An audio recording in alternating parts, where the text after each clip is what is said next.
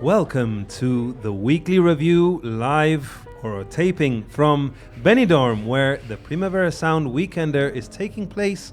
This is the show where two grown men try to make sense of a world in disarray by keeping up with pop culture with the help of a bright young mind.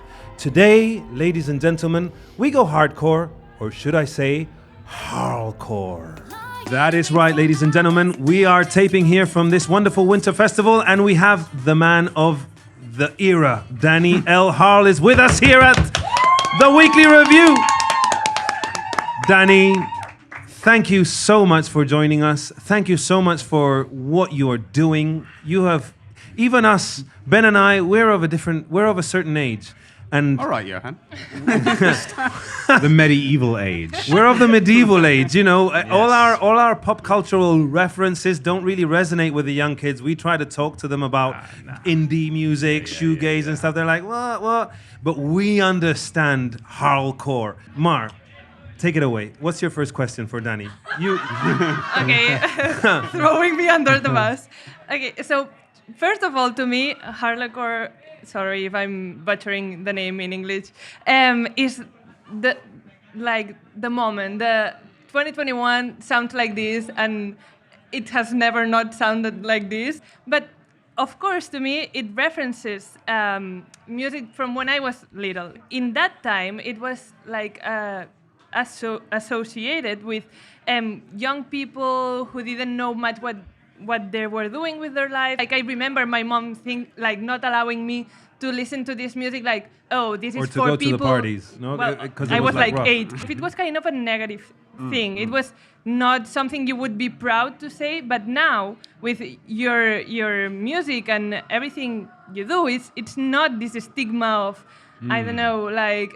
music to look down on. Yeah, exactly. The cultural baggage is gone. Is it all your fault that happy hardcore and happy house is all of a sudden... I hope so. I hope it's all my fault, but it's not really my fault. But first of all, thank you very much. And also, I know what you mean in terms of like associating it with certain sort of types of music that sometimes don't get taken very seriously. When in fact, actually, I find a lot of music that is meant to be taken as a joke actually quite emotional to listen to.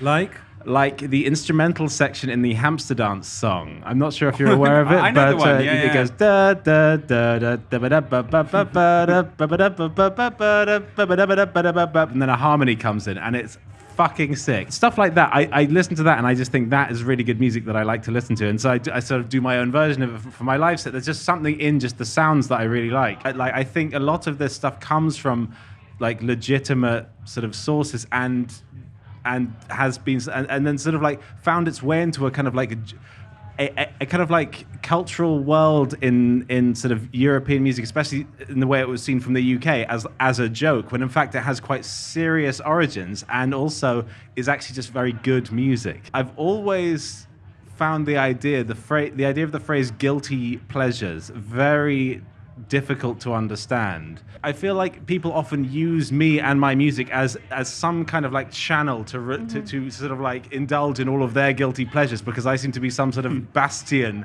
of not giving a fuck about guilt, being completely guiltless, and it all just being pleasures in that sense. UK is quite hermetic when it comes to listening to sounds from outside of the UK, and the only European country that kind of managed to import or export their local stuff was the Dutch or the Belgian with 90s hardcore. How did you come across Spanish Máquina? There's a type of music known as Máquina in the UK already. In the north of England, in Newcastle, in Wigan, there's a tradition that is known as Máquina, and it's because of this relationship, and they call it Máquina in some areas as well. And there's but it's because of this sort of like ongoing flow of like sort of trade and tourism that's always been happening, very historic between the UK and Spain, that I think that this sort of like this sort of cultural exchange happened. But in the UK, when you refer to Máquina music, it actually refers to music that's sort of like at 180 BPM minimum with a northern man rapping incredibly fast over the top of it, usually with some kind of euphoric vocalist in the background, and it's fucking sick. And nobody knows about it, and it's so good. That's actually probably where I heard that word first, and then sort of just doing research, I found out about its origins and then realized where all this electronic music was probably coming from. It happened very organically, like a lot of like nightclubs develop their own music, like the New Monkey is actually where a lot of Machina music comes from, and Wigan Pier, the Hacienda Club, and Bacalao, which is obviously a series of clubs. It's like often a style of music gets associated with certain places, and sort of this night began to be associated with this music that you could only hear if you went there. And so then I realized that it kind of had to come out as an album. It was the music of Club Hardcore was the idea, and present the context, like give people the context for it, like in the listening experience, in the visual, in the video. Multi-room club of the mind was kind of the natural conclusion from that. Well, you've been spending some time in Barcelona. You've made an incredible kind of collaboration with someone who is part of Spanish Machina history, which is DJ Pastis. Pastis! DJ Pastis!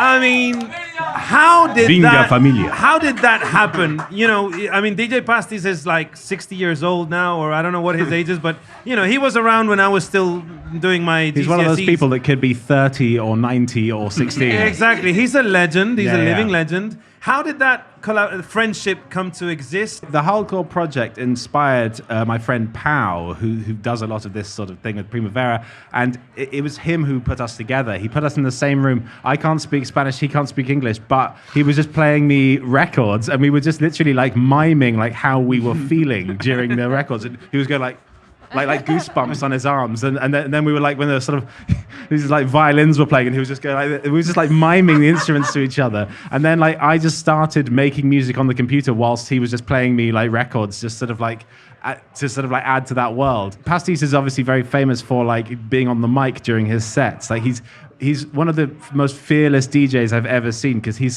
just very prepared to just turn the music down and just scream or talk just directly with the audience with like no music playing. Like very few DJs have that kind of like that sort of that power. That's a rare quality, I think. And also to have 3 synced turntables at the same time, DJing with his foot and nose whilst screaming at the audience. That was quite something to see the other night in Nizza. On vinyl. Yep. On vinyl, of course. On vinyl. Yeah. But obviously, his story is never separated from Buenri. It was always Pastis and Buenri. Pastis and Buenri. How come Buenri wasn't part of this get-together that you've been orchestrating? A big chance that Buenri might be involved in the future. Like a big fan of both. Exclusive. Yeah. News. Okay, we have an exclusive. No, that Pastis wasn't and exclusive. Buenri. It was just an idea. Hardcore too. There's something in time shifted from thinking that Musica Machina was only for young people who had no future and had nothing else to do, and now it's something for everybody, and we all enjoy it.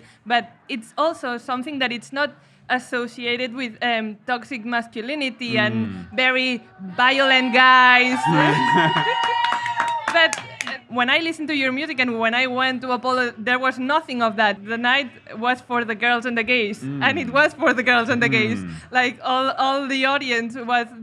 It's not the same thing, and It's like hardcore and hyperpop is a safe space for everyone. Shall we say? I don't know when you were doing the album you had that in mind, or it came naturally, or. I absolutely love that has been a cultural impact of my music. Yeah, it is. I wish it was my intention for it, but all I'm making is the music that I want to listen to, in all honesty. All I can make is what I want to listen to. There's been pros and cons throughout my career of just being able to make music I want to hear.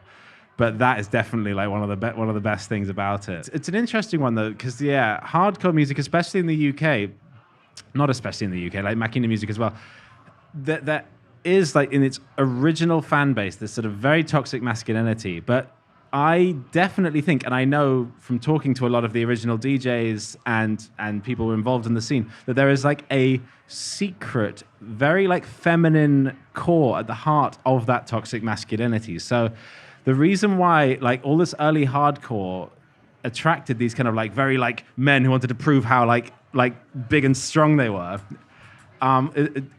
is because it always had this like very beautiful like female vocal at the center of it, but because it was like almost encased in this very aggressive kick drum and these very aggressive chords, it provided a weird like safe space for toxic masculinity, like for these toxic males to feel emotion. Spain, I know they got like Machina in Amsterdam, obviously they got like massive kind of hardcore scene. Have you found something like that in most countries, or do you ever go to a place and like, what the hell are you doing? There's always a community that likes it, but some places like Spain have a lot of music that were very closely related to the influences of this music. So there's like a sort of like real understanding of the sort of heart of the project. If you look at sort of Machina music from the early 90s, there's always a sort of emphasis and a love of melody at the heart of it, and that's what I think my sort of like key kind of like relationship with it is. I think because I love melodies and chords and basically like feeling emotions at the end of the day. Well, Danny, you're a classically trained musician, and you come from a family of people who know how to play instruments and stuff, but you have said that you're more interested in using electronics to develop your language in the future. But surely, do you ever feel the sort of thought of taking the hardcore concept with a kind of live setting of having more musicians on stage? I'm personally really not into that.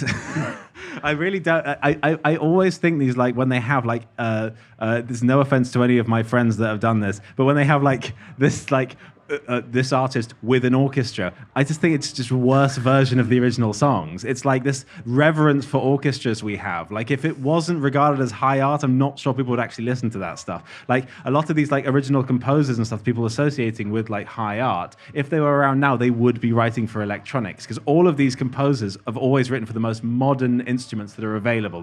No one ever uses instruments that are from... No one in the tradition pre-19th century wrote for instruments that are 150 years old. We have a sort of very unique, strange, reflective, nostalgic culture. I see it all as on the same plane. I see the instrumental section of Hamsterdams in the same place that I see Beethoven's Fourth Symphony. It's all the same. Obviously, hardcore, but also your background in PC music and everything about it, hyperpop, everything is kind of intrinsically underground. So it's not mainstream. The obvious answer would be no. But I feel like, as I've been saying this whole episode, there has been kind of a shift. We all feel special because we love you, but at the same time, if we all feel special for listening to underground, if we are all listening to it, it's mainstream now. So Daniel Harl is mainstream.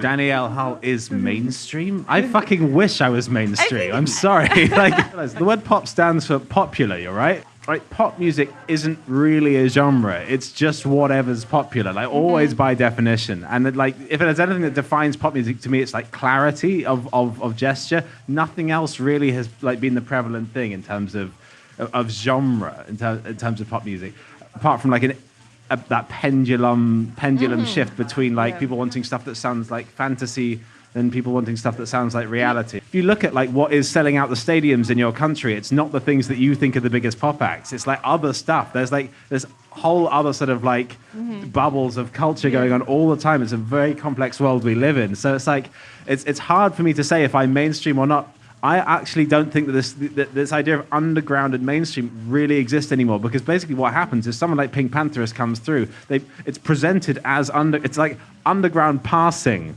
When in fact, it's not really. And also, like, the idea of selling out isn't really a thing anymore, because there's this sort of like, everybody's sort of like sold out to the idea of it being like just the kind of like basically the only way of like functioning as musicians. So it's just like, it's the values surrounding the idea of, the values and capacity to exist as an underground artist are so hard to cultivate these days with the internet. Even if, like, hypothetically, there was an artist that didn't do any social media, if anybody found out about that, there would be like 10 major label A&Rs at that gig just to like try and like commodify that no social media person as soon as it happened, because they would understand that there's nothing more attractive than that. So it's just like, we do not exist in this era of underground, overground, wombling free. I want to ask, you seem to be someone who understands pop music, who's a big interest in pop music.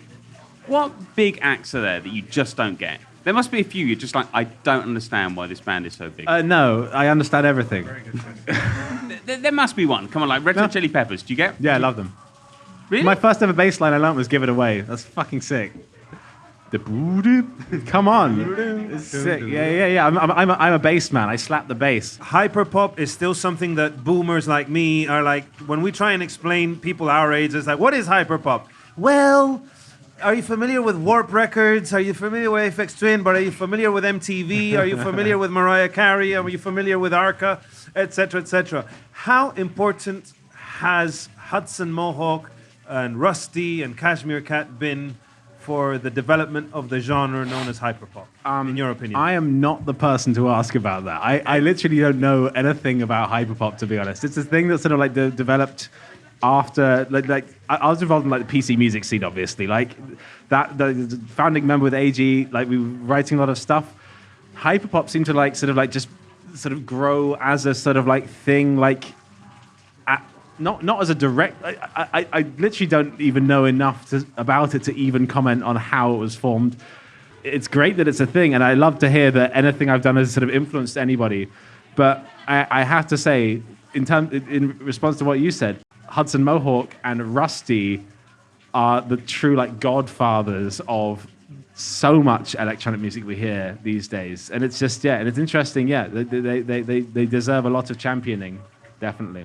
So is there some new project coming soon? Yes. Or is it, Well, I don't know about soon, but I've been writing like my own stuff for so long, like the whole time I've been writing. I've just been waiting till it's right, basically. can we expect as fans something soon, or it's just a project you're writing like you're in the era of inspiration and just writing? I don't know. I'll release it when it's ready. I can't tell you that. Because one of the things that's amazing about you and A.G. Cook is like how like no nonsense. It's like, look, just put it out and stuff, and it makes sense once it's out.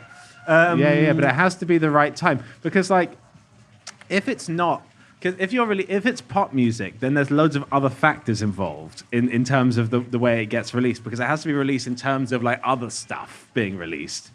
But if it's not pop music, if it's stuff that's just like a project of your own, that is music that you like, that you just like legitimately just want to hear out in the world, it has to be exactly right, and like that takes as long as it takes. And so like so I've just been working on this stuff for a long time now. But like it's quite something, I have to say. If one listens to all my remixes, you'll hear a lot of different stuff. Like one of my favorite ever remixes is a very obscure one that's quite hard to find, and it was for Chris or Christine and the Queens, and it was an early song called Tilted.